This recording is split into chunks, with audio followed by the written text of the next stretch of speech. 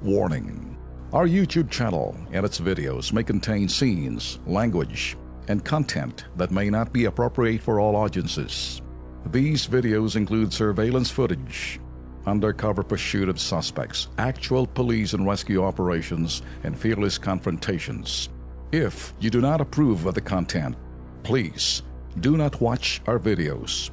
If you wish to continue, we strongly advise that you proceed with caution. Viewers' discretion is advised.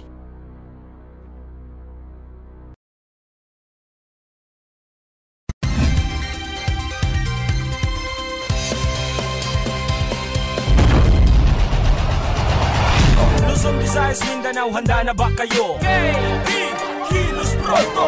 KB, Kilos Pronto! Serbisyong totoo mga boss, ito ang sumbungan ng bayan. Ora mismo, aksyon agad at maaasahan. Sunod-sunod ang kilos sa pagbabalita. Nakatutok ang mata sa problema na nakikita. Lahat ng question ay may solusyon. Sa bawat hinaing katumbas ay aksyon. Kilos Pronto! Di ka na magtitiis at mabibigyan ka dito ng resulta mabilis. Dahil ang bitag, walang pinapalagpas. Sa tropang Ben Tulfo, wala kang ligtas. KB, Kilos Pronto! KB, Kilos Pronto! Ipaglalaban ng karapatan, problema'y matutugunan. Maraming katanungan dito ay masusolusyonan. Kilos Pronto! Kakampi ng masa, humanda ang lahat. Sa bawat abusado, ito na ang katapat. Napakatibay na programa na inyong hinahangad. Walang patumpik-tumpik at kumikilos agad-agad. Kilos Pronto! Ang ating sumbungan, madali lapitan at agaran kang matutulungan. Na kahit anong krimen, handa naming harapin. Basta hustisya'y makamit, lahat ay aming gagawin. KB, Kilos Pronto! KB, Kilos Pronto! KB, Kilos Pronto! Miyerkules, 15 ng Pebrero. Eto, diretso na ho tayo. 75 mining contracts ang hindi na raw po tutuloy ng DNR dahil sinisira nito ang watershed sa bansa. Ano sa palagay ninyo, Lex? Siguro meron na hong pinasara ang ating pong Department of Environment and Natural Resources ng 23 mga mining companies. Pero ito po'y pending pa lamang ho dahil meron hong apila pa ho sila sa ating pong Pangulong Duterte.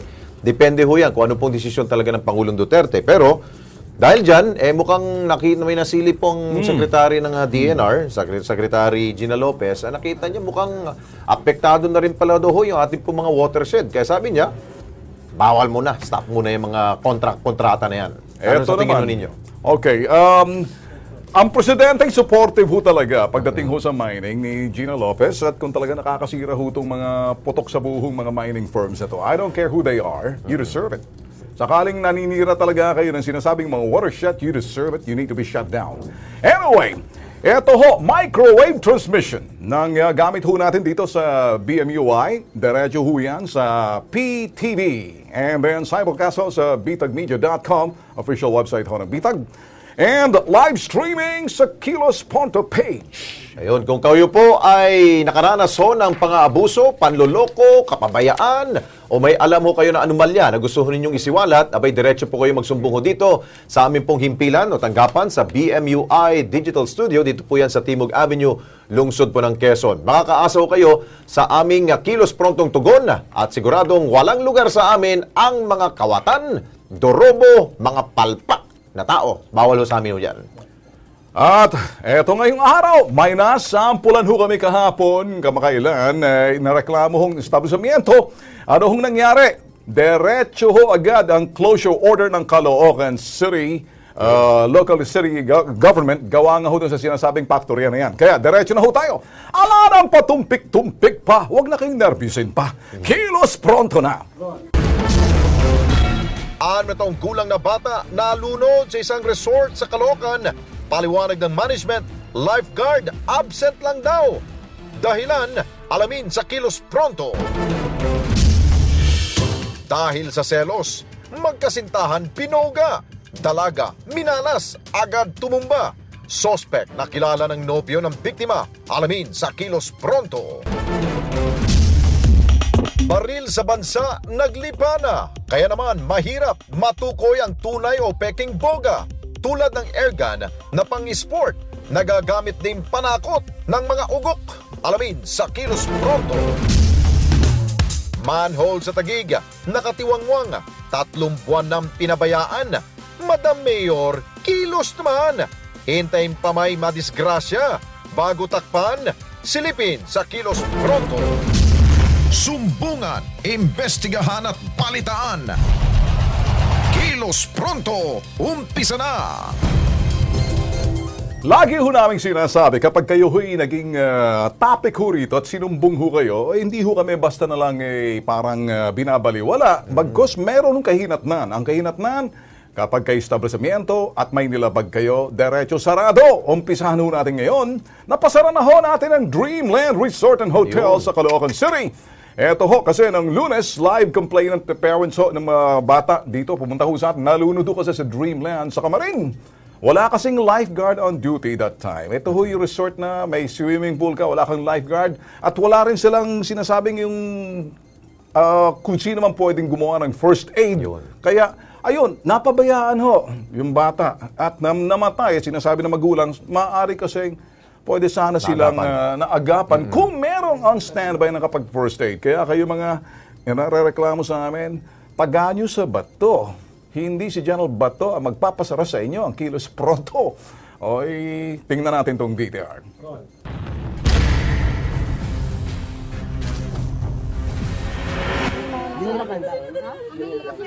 Huminga pa po. Ano pa? May ano na po kayo na Sasakyan, may sasakyan.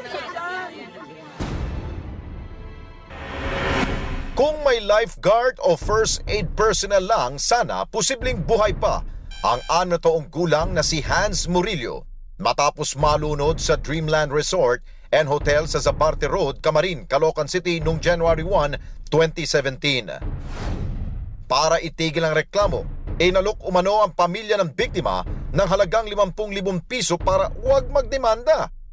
Sa galit at pagkadismaya, dumulog sa Kilos Pronto ang mga magulang ng biktima na sina Jimmy at Heidi Murillo noong 13 ng Pebrero ngayong taon para kalampagin ang Dreamland. Papanood ko yung video, sabi ko nga dapat mabubuhay yung anak ko kung may marunong man lang mag-CPR sa inyo. Inamin nila na talagang wala silang lifeguard.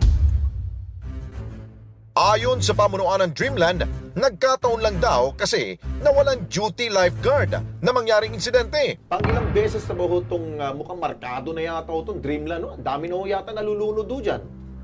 Actually, sir, nag-comply sila during the last time po na nagkaroon ng insidente niyan. Pero unfortunately po, nangyari po uli at hindi ho excuse yung wala ho silang tao at that time. Malaki ho yung pagkakamali ho nilang nag-operate sila nang wala hong sapat na safety measures para dun sa kanilang facility. Ang problemang yan, Kilos Prontong inilapit namin sa tanggapan ng Business Permit and Licensing Office ng Caloocan City.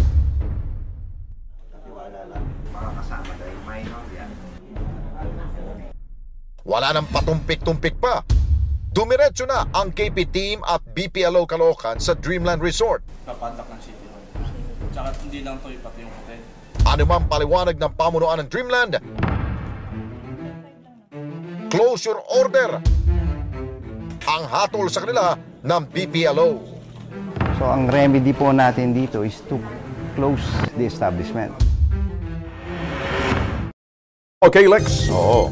Yan, mission accomplished yan, ano? At talagang tumulong ho ang City of Caloocan. At sinasabi naman ni Lex na talagang may mga records na to. Ikaw, Lex, ikwentro mo ba to? Meron yan. Nalagawa na ho natin na storya noon pa. At siguro papakiusap rin natin sa Caloocan BPLO, kay Attorney Vergara, siguro bantayan yung maigi ho itong Dreamland. Baka pag nawala yung mga pusa ho, which is kayo po, baka yung mga daga ho maglalaro yan, bubuksan ho nila ulit yan. Hindi ho tayo dito ho pwedeng yung, alam mo Ben, na hahayaan lang natin to, dapat bantayan mabuti ho to. Baka minsan, magbubukas na naman sila. Pero itong posibleng gagawin ng Dreamland, ano? Makinig kayo Dreamland, kung sakaling kayong mga kolokoy na nagmamayari, listen carefully, listen good. Alam ko naman aaregluhin nyo to Alam ko, meron kayong civil liability, meron kayong criminal liability. Pag yan pinasok sa hukuman, danyos yan. At pagkatapos niyan, kung maareglo nyo yung sinasabing mga biktima ninyo, at marami na kayong biktima mga kengkoy, kumag at kolokoy kay sa Dreamland, You cannot do it again kasi hindi kami magsasawa, ilalantad kayo hanggat tamarang kulog at kidlat ang inyong resort, mawawala, gugunaw yan. Taga nyo sa bato. Okay, dito tayo, Ben. Kasama ho natin sa studio sina Edgardo Salvador, Orlando Salvador, Maria Teresa Salvador at maging si Arlene Santa Romana. Narereklamo ho nila ang isa pong construction firm. Ito po yung Conlac Construction and Development Corporation dyan po sa Brixton Hills, Barangay Santol, lungsod po ng Quezon. Ang may-ari daw nito ay walang iba kundi si Edwin John T. Napipinsala na raw kasi po ang naturang kumpanya dahil naglalaglagan po yung mga bato. Doon po sa kanila po mga tahanan. Minsan pa nga, nababasag na ho yung kanilang mga bintana at inaabot na rin po na madaling araw ang trabaho dito. Di ba usually ho, may mga oras na magtrabaho po ito. Okay, kausapin mo natin mga dumulugo dito sa ating po istasyon. Okay, magandang gabi ho sa inyo. Magandang gabi po. Sino bang unahin ko sa inyo? Puro Salvador ho. Ano ba ho kayo? Magkakamag-anak ba ho kayo? Magkapatid po kami. Magkapatid ho kayo. Okay, siguro, unahin ho natin. Ano ba ho yung perwisyong binibigay ho sa inyo itong construction nito? Simula po nung nagsimula sila dyan ng July, binasag po nila yung property line namin. Okay. So, talagang kumakalabog po yung bahay, nalalaglag yung mga gamit po namin. So, ito po yung property line. Oo. Ito, may mga video na ho tayo niyan. Oo. Binasag po nila yan. Tapos po, wala po silang safety net nung mga time na yon. Okay. Tapos po, kung magtrabaho po sila, inaabot po sila ng alas 12, alas 10. Tapos minsan magsimula sila, wala pang alas 7. Tapos parang minamadali. Ay, opo, minamadali po, nakakontrata po ata. Okay, linawin lang natin dito. Ito ay isang, ano ba to? Ano ba tong ginagawa ng building dito? Ano ba to? Barracks ba to? O ano commercial ba to? Commercial. Ilang floors so itong... 5th floor po, nasa 4th floor na po sila, pero wala po silang building permit. Okay, it's a 5-story commercial building ang tinatayo ho nila. Sinabi ho ninyo walang building permit? Opo. Okay, paano ho ninyo nalaman ho na walang building permit? Kumuha po ako sa City Hall, nag-request po ako. Ito po yung certification na wala po silang building Anong permit. sinasabi ho dyan? Pakibasa ho. This is to certify that as per our available records on file and with the building permits administration system, no building permit was found under the name of Conlac Construction and Development Corporation for the ongoing construction of 5-story building located at 75 Brixton Hill, Barangay Santol. So, ibig sabihin, kung meron na ho kayong certification po sa ating pong gobyerno, bakit malakas pa ho itong pagpapagawa ng kanilang building ho dyan? Meron ba ho silang kapito sa gobyerno? Yun po ang hindi ko maintindihan kasi po may cease and desist order na rin po sila na nakuha ko po sa City Hall. Okay. November 19 po rito. Despite this, wala po silang safety measures na pinapatupad. Malaki po ang napeperwisyo sa amin. Nate-threaten po yung buhay namin kasi naglalaglagan po yung mixed gravel and sand po doon. Nung January 5 po, may bumagsak po na mixed gravel and sand doon po sa room. 2 room po yun. Yung isa po, tumagos po doon sa isang bahay. 4 na metro lang po ang layo sa amin. Mabuti na lang po at wala pong nasaktan. Okay. Wala pong namatay.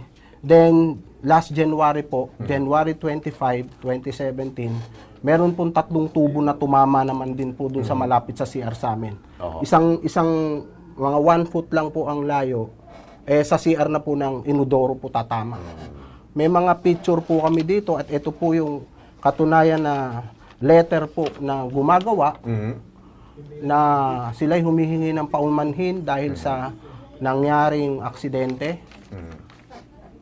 Okay. Siguro kausapin ho natin kagad dito para kilos prontong aksyon po. Nasa linya ho si City Administrator ng Quezon City Government. Walang iba kundi si Ginoong Aldrin Cunha. Sir Aldrin, magandang gabi ho. Si Alex Santos po at si Ben Tulfo sa Kilos Pronto tayo live po sa PTV ho. Good evening, Mr. Santos, Mr. Tulfo.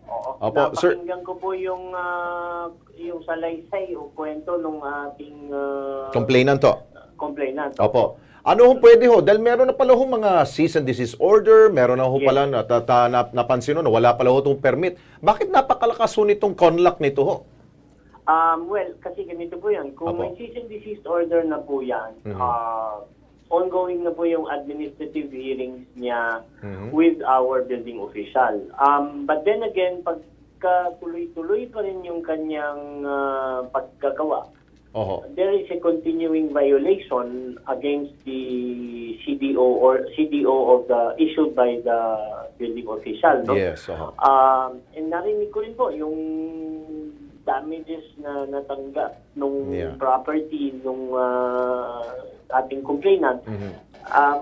Mabuti siguro kung bibigyan din niya kami ng kopya. Hindi ko lang po nadinig kung naisumite niya po yung kanyang sustained damages sa ating building official para may sufficient basis tayo to impose additional penalties to the contractor or the developer. Okay, Sir Aldrin, pasagot natin. Ito bang mga reklamo ninyo nakarating na ba sa City Hall ito? Opo, meron. May mga kopya na rin sila doon? Opo. Yung December 23 po, pumunta po ako doon para magreklamo. Humingi po ako ng certification na talagang wala silang building permit, saka yung complaint, pati yung cease and desist order na talagang ongoing, pero gumagawa pa rin sila. Ayun. Then, December 27 po, nag-file po ako, lahat po ng mga pictures, binigay ko po doon sa 9th floor building official. Siguro, Sir Aldrin, mukhang kailangan dito yung pasiklaban nyo kami dito sa Kilos Pronto. Baka mukhang sumusobra na ho itong conlac nito eh. Ano pwede ho natin gawin kagad na ura-urada? Kilos Prontong action po nito. Pagkatapos po nitong usapan natin ngayon at patatawag po natin yung at tatawagan ko po ating building official, Yes. At magpapapunta po tayo ng inspector bukas doon sa Brixton Hills sa Barangay Santol para maikutan uli at kung gagawan po natin ng paraan na tumigil sila ng sa paggawa. Number one, there is clearly a violation of the National Building Code as far as yung installation of safety measures pagdating sa construction activities. Kailangan may safety net yan Yes, so, pag may nahuhulog na construction materials, kailangan may sumasalo. Hindi yan po pwedeng bumabagsak sa kapitbahay. Ayaw na ho natin humantong kasi na meron pong mabibiktima ho dyan na tao. Ito, masasaktan. Ito'y bagay pa lamang ho to. Mga part lamang ho ng mga tahanan ho nila ang nadadamage. Pero wag na ho tayo humantong po doon na meron pong masaktan, may mamatay pa ho dyan, bago tayo umaksyon po dyan. Totoo po yun. Makakaasa po kayo na gagawin po natin action yan. Bukas po, magpapadala po tayo ng inspector. Sir Aldrin, si Ben, kasama ko dito. Sir Aldrin, meron lang ako, di ba may cease and desist order na to? May cease and desist order na po. Then dapat they should stop building muna. Bakit patuloy ho? Dapat siguro ipasaran natin siguro to. Baka siguro lagyan na natin ng bakod dyan na wag na pumasok yung mga kumag din dyan. Technically, sir, dapat hindi sila gumagawa dahil may CDO sila. Because number one, ayon na rin po sa certification ng ating building official. Pwede ho ba natin, Sir Aldrin, implement na lang yan? Total, anyway, meron pa naman, buhay pa naman, it's still standing yung cease and desist. Baka pwede ho namin bukas ma-cover na rin sa Kilos Pronto para patigilin na talaga. This time, ibang usapan dahil sila na Kilos Pronto at Kilos Pronto rin ninyong gagawin. Kaya sila Kilos Pronting tigil na rin. Sakaling mapitikan ho namin sila patuloy ang kanilang pagko-construct dyan. Siguro, kadinahan na ho natin buong establishmento na yan. Huwag na ho sila makapasok. Opo, Sir Ben, hindi naman po nawawalan ng poder ang ating pamahalaan lalo na ang ating building official. Pwede rin tayong makiusap sa ating law enforcement agency na tulungan ng ating building official to enforce the CDO. Ang pinakamalapit na police station dyan sa Brixton Hills, dyan sa may Barangay Santol, ay yung ating police station dyan sa may Galas area. Okay. Ayun. Kailangan kung pwede, pull out lahat ng mga kagamitan nila doon at wala nang gagawin pong construction doon. Ganun po yun, Sir Aldrin. Opo. Yun po talaga ang ibig sabihin ng cease and desist order. Tigil muna hanggang hindi na nagko-comply sa mga requirements ng National Building Code. This is clearly a violation of a national law. This is not a violation of an ordinance.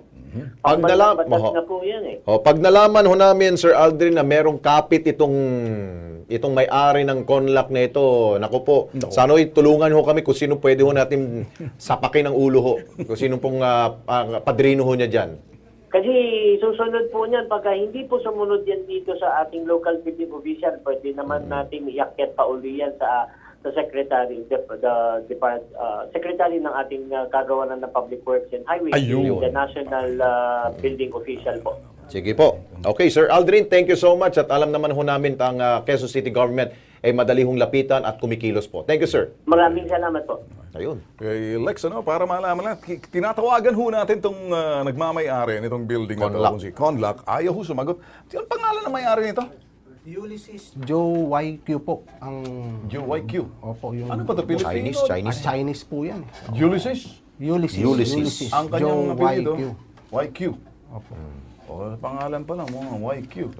Ulysses, ikaw kinig ha. Tigil na yung building dyan kasi kung hindi kami punta yan, sarado namin para sa inyo. Maayos kayo ha. Ayos na. Makakatulog na kayo ng mahimbing. I'm sure baka by tomorrow ayos na ho yan. Opo, kasi alam po namin may gumagawa pa rin Ayun, puntahan natin bukas. Bukas, pag merong nagtatrabaho dyan, pakulong natin. Iyan. Sige. Kung kayo dyan sa, yung naggagawa ng construction ng Conlac, kung patuloy pa rin kayo, maghanda-handa na kayo pang overnight ninyo sa kulungan. Di ba? Wala titigas ang ulo Marami pong na-damage sa amin Yun. Isa pa yun. Hingi nila ng nasa 150,000. Okay. Sige po. Thank you sa pagtitiwala ko ninyo. Salamat po ng marami. Okay, sige. Eto, diretso na tayo dito. Okay, sala ng mga balita. Ano ang inyong opinion sa isyong may 75 mining contracts na hindi na raw itutuloy ng DNR dahil sinisira nito ang watershed sa bansa? Ito, sabi ho ni Ruel Halod, ipasara na yan. Talaga naman nakakasira yan sa kalikasan. Ilang tao lamang kumikita dyan. Ang nagmamay-ari lamang yumayaman. Tulungan na rin ng mga tao na mapektuhan na nagtatrabaho dyan. Okay, Sinitsang, nagmamaang-maanga na mga taga-DNR, sila naman ang isang nagbibigay ng permit to mining. Bakit ngayon lang nila nalaman ng marami nasisira ng mining na sa kalikasan? Oo nga, parang too late na, Wala na. Denuded na ang ating mga kabundukan. Pero in fairness kay Gina Lopez, I'm not really the fan of Gina Lopez, pero nakita ko may political will yung Ale. Iba yun. At iba yung kanyang paninindigan. Talagang passionate to. Alam ko naman suportado to ni President Digong. Yes. Anong sasabihin nito? Sinusunod lang ni President Digong. Hindi po pwedeng kokontra si President Digong dito sa Kaya hindi siya nagkamali na itong pinili. Tama talaga yan. Alam niya na ito, pag binangga niya yung katulad niyang mayaman, ay hindi ito mangingiming, hindi ito titiklok. Wala. Matapang to. Matapang yan. Naku, may balls yan. Kahit na babae yan. Alam naman ni Gina Lopez na may balls din siya. Talaga patupad yan. Kaya yung mga katribo ho natin dyan sa Mindanao, sumisigaw ng katarungan. Yun. Okay, nagbabalik po ang Kilos Pronto, mga ka-KP. Pasintabi po sa ating po mga manonood dahil medyo maselan po ang inyong pong matutunghayang kwento ngayong gabi. Nang dahil po kasi sa selos, isang dalagita ang binaril sa mukha sa bayan po ng San Juan, dyan po sa Batangas. Habang ang boyfriend niya, critical po, at nasa paggamutan pa rin po. Buong detalye, panoorin po natin sa Kilos Pronto Crime Desk.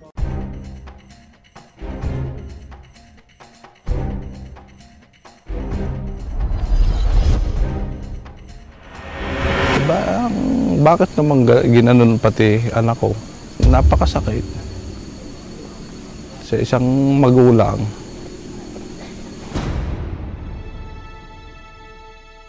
Hanggang ngayon, hindi pa rin tanggap ng 36 anyos na si Adriano Di Matulak ang sinapit ng kanyang anak.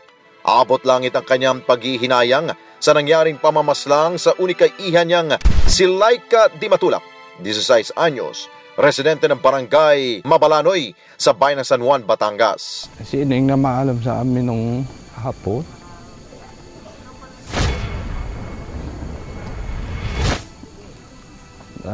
Punta daw doon sa Berdeha sa kanyang kabarkada. Di pinayagan namin dahil mga kabarkada niya Ang 4 buwan ng Pebrero sa kasulukuyang taon, isang masamang balita ang gumimbal sa mahimbing nilang pagkatulog. Nakahantusay sa kabaan ng General Luna Street at naliligo na sa kanyang sariling dugo ang biktimang si Laika.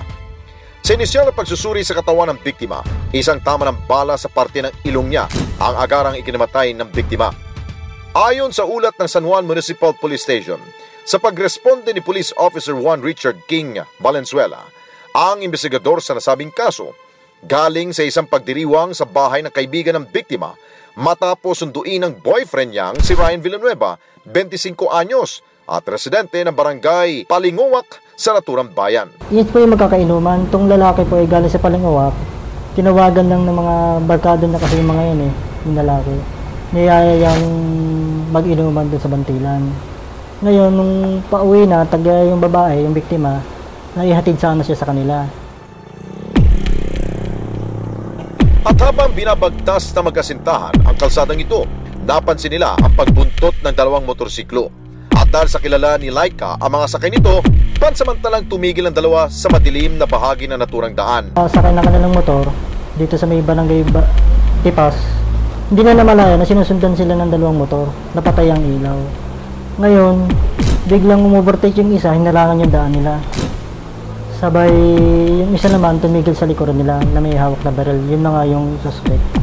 Yun ang sabi ng biktimang buhay na ngayon na ginagamit sa Batangas Medical Center. Sa pag-aakalang napatay na nila ang dalawa, agad na umeskapo ang mga suspect. Ngunit, si Ryan nakuha pang tumayo at humingi na sa klolo at kasalukuyang nagpapagaling sa ospital. Sino nga ba ang mga suspect? At ano ang kanilang matinding motibo upang walang awang isagawa ang karumal-dumal na krimen? Sa masusing pangangalap ng mga ebidensya, lumalabas na selos ang pinag-ugatan ng krimen. Base na rin sa naging salaysay ni Ryan, isang alias Paeng ang utak sa pamamaslang kay Laika at paglalagay sa bingit ng kamatayan kay Ryan. Dahil si alias Paeng, dating kasintahan pala ni Laika. Ang tingin ho namin doon ay selos po. Yung suspect na minor po ay ex nung biktimang babae.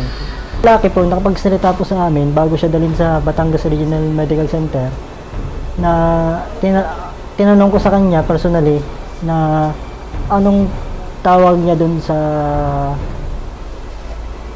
suspect. Tabulong niya sinabi sa akin na alias lang. Kaya nung malaman namin na binanggit niya yung pangalan na yun, at nagpunta na po kami at binanggit niya din yung magulang na medyo pamilyar sa amin. Kaya nagpunta na kami sa bahay nila. At sa isinagawang follow-up investigation ng San Juan PNP, agad nilang nahuli si Paeng. Ngunit dahil sa menor de edad ang suspect, nasa kustodiya siya ngayon ng DSWD Region 4A. Kasalukuyang patuloy pa rin ang pagkalap na ebidensya ng mga kapulisan upang matukoy ang iba pang kasamahan ni Paeng nung gabing yun.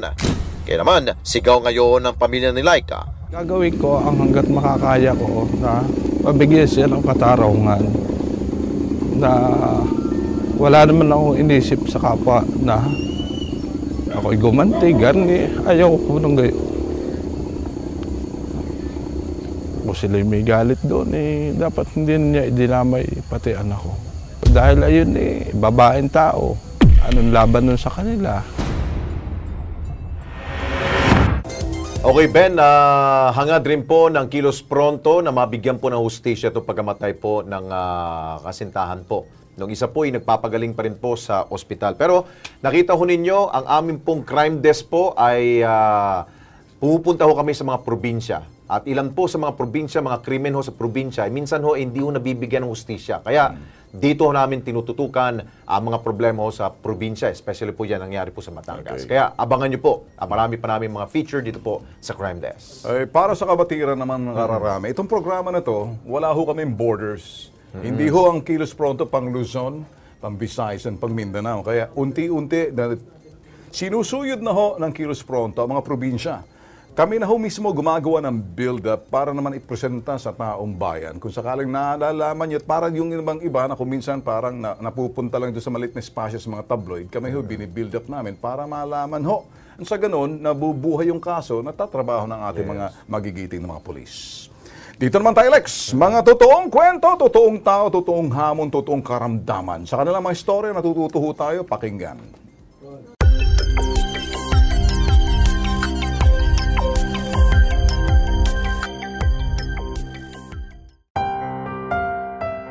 Mga 2001, na mild stroke ako. Tapos, nakuha yung bibig ko yung parang umiwi, tsaka hindi ako nakapagsalitang konti.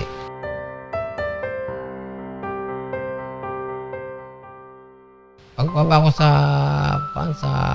hagdan namin, ang pakiramdam ko, ang init-init. Isang step na lang, pag ganyan ko, ang tuhod ko parang nagmiswa, natumba ko. Hinang-hina ako noon. Bibig ko parang tumhabingi konti. Tsaka yung pagsalita ko parang utal. Nagpa-doktor ako. Doon nalaman na mataas ang blood sugar ko. Nilaboratory ako na finding nila na 280 yung sugar level ko. Lagi ako nagpapatingin sa doktor na nag-maintenance na. Laging may mataas. Natakot ako na baka biglang mag-second stroke. Naghanap ako ng maganda. Nalaman ko yung King Herbal doon sa pagpapanood ko sa TV. Nag-take nga ako.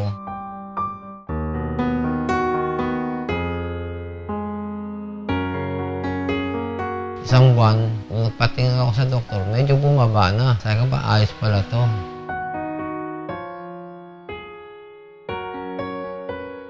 Yung mata ko, medyo dati naramdaman ko lumalabo eh. Pero ngayon, di na. Parang nag-maintain siya. Saka yung sa puso kong parang may tumutusok, nawala na, tagal na. Tapos yung sugar ko, pag ako nagpapatingin sa doktor, laging pa na, mababa na, mga 110 na lang. 120 yung pinakamataas. Nawala yung panlalambot ko.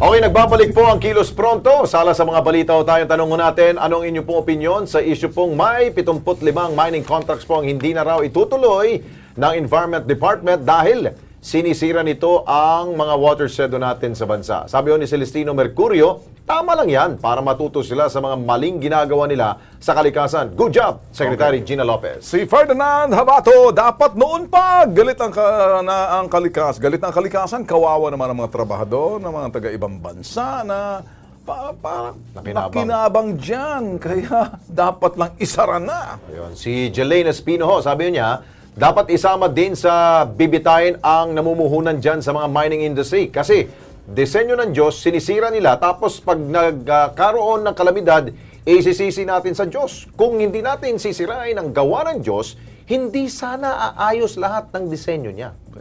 Tama to. Yeah. Nasa lugar to? Si Jolie Kim.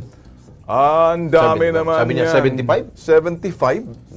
Ang dami naman yan. Pero kung future ang iisipin, okay po na huwag nang ituloy. Sa dami niyan, marami ring buhay ang madadali kung may lindol.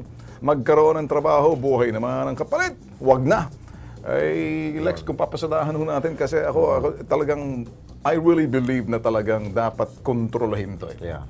Kasi nakikita mo talagang yung sa watershed lang, pinakita ni Gina Lopez. Sobra na. Sobra na talaga. Ay, panahon na.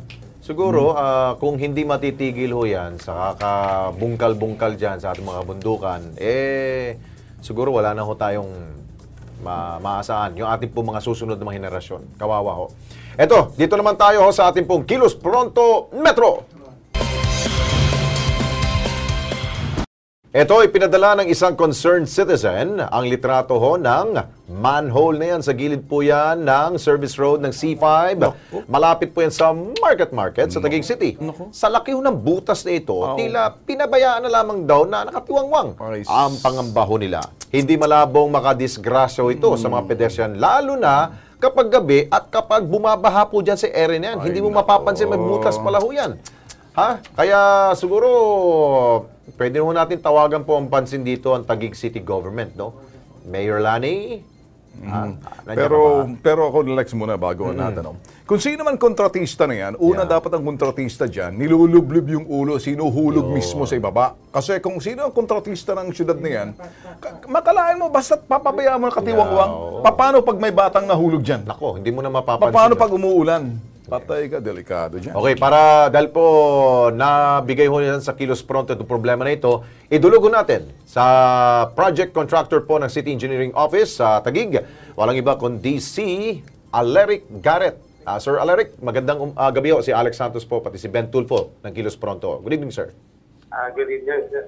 Good evening, Sam. Opo.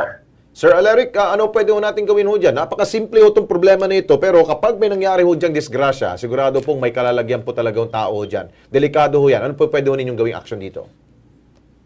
Nag-site visit na po kami kanina. Medyo nagkaroon lang ho ng konting problema. Sobrang traffic na ho eh. Oo. Kanina.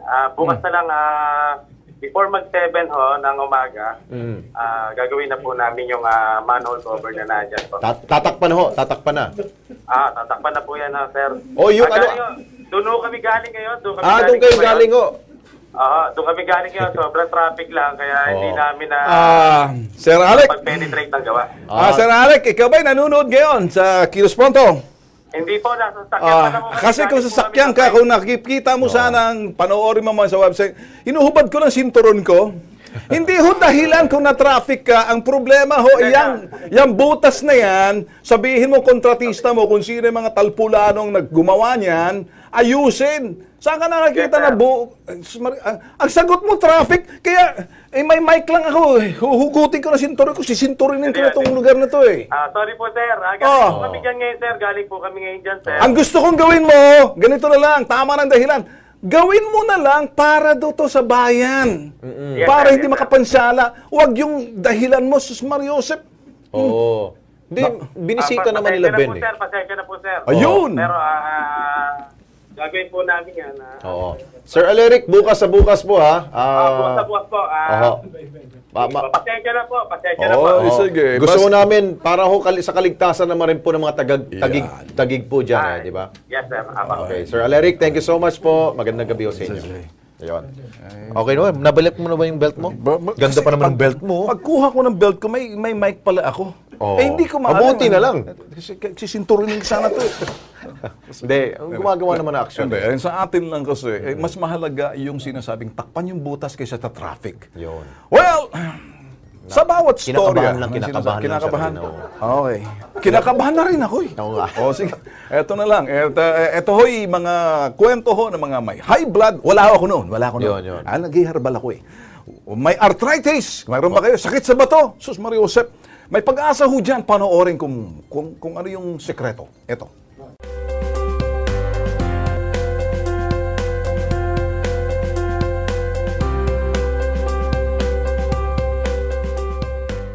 Noong una po kasi, gumagamot na ako ng diabetic, tapos sa high blood.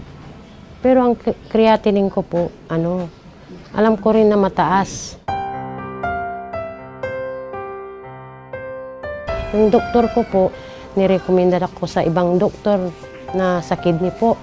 Gusto niya magpa-dialysis ako. Nanghihina po ako, tapos yung ayaw kong lumakad sa malayo, yung arthritis ko, kasi namamaga itong tuhod kong isa eh. Tapos yung paa ko namamaga, may saklay pa nga ako eh. Pag sinumpong itong tuhod ko, umiiyak-iyak talaga ako eh.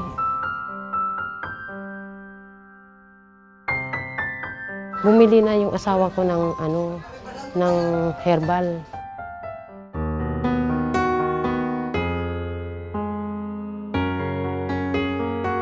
Nung ilang bote ng nainom ko po, yun, lumakas ako. Nawala yung kirot, tsaka yung maga ng tuhod ko. Malakas na malakas. Kahit maghapon akong lumakad na hindi ako sasakay, nararamdaman kong pagod ako. Pero pagdating ko wala, parang wala. Bali wala yung pagod ko.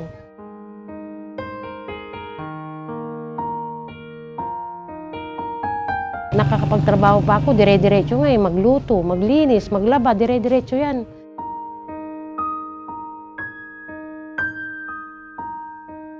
Yung sugar ko parang nilabel lang niya. Okay na po, masayang-masaya po. Masiglang-masigla yung katawan ko po.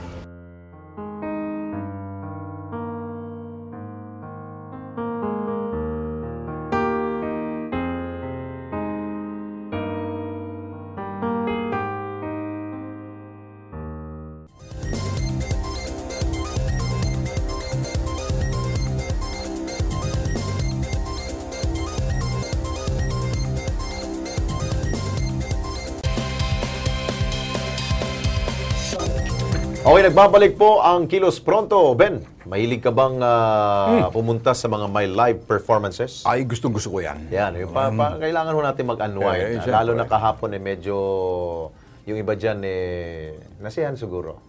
May iba na medyo malungkot. O, dito kayo pumunta. Bakit mo nasabi malungkot? Solo. Walang kadate. Para ako ata sinasabi mo.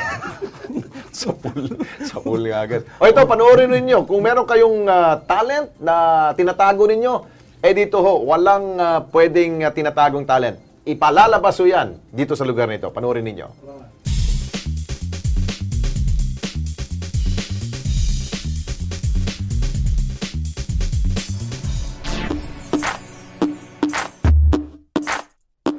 Sa dami naman naglipa ng kapihan sa Metro Manila, may isang angat at natatangi pagdating sa sining at kultura.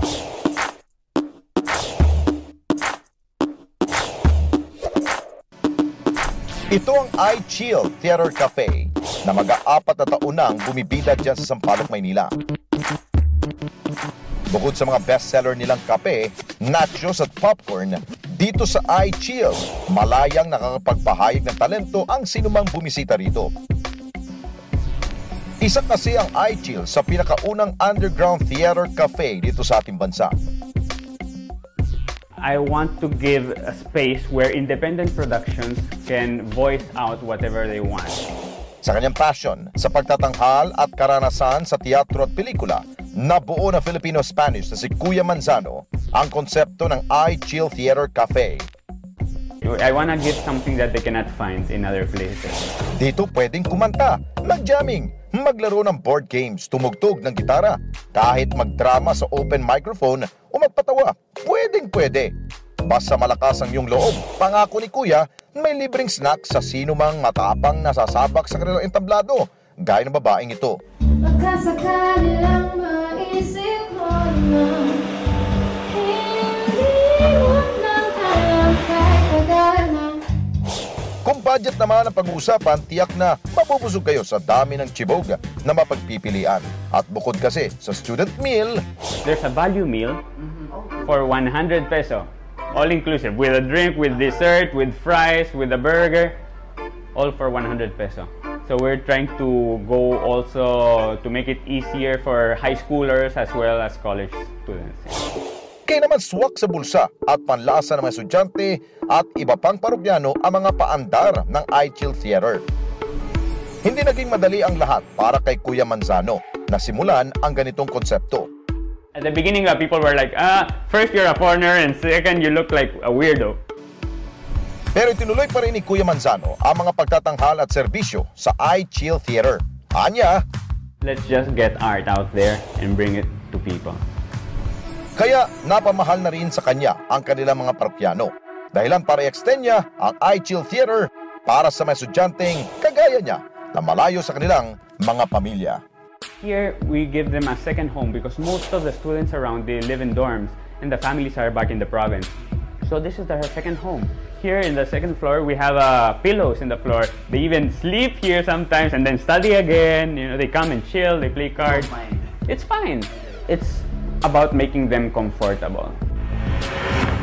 Lex, linawin natin, lahat ho ng mga may negosyo ho, lalong-lalo ni mga millennials. Natutuwa ho kami dahil mga young entrepreneurs ngayon nakikita natin. Bukas ho ang Kilos Pronto sa anumang mga establishmentong kapareho niya. We give you free pluggings and everything to be featured dito ho sa Kilos Pronto. So, anybody else na medyo may gusto ipakita sa atin, anong location ninyo, ano yung businesses ninyo, we will do it for you free. We'll just put it in sa ere, nakikita, napapanood. O hindi lamang ho sa Metro Manila po yan. Kahit na Luzon, Visayas, Mindanao, padala ho kayo. para mapuntahan natin yan at ma-feature namin na inyo po mga lugar. Dahil gusto ho nila ho yan. Dahil mga ilan ho, naghahanap po sa tablet nila, tinatanong, saan ba tayo pupunta? Ayun pala, dito ho sa Kilos Pronto, na-feature namin. Gawin nyo kaming batayan. At lumalabas din yan sa ating bitagmedia.com. Marami pang oras. Yan ang isang oras na mabilisan pag-aksyon sa mga reklamong sumbong. Ako si Ben Tulfo. Ako naman po si Alex Santos. Hanggang bukas po mga ka-KP, dito rin po sa Pambansang Himpilan. Sama-sama po nating tiktikan at subaybayan ang bawat isyong kailangan po nating imbestigahan. Marami pa ring oras dahil higit sa sumbungan, imbestigahan at balitaan, dapat Kilos Pronto!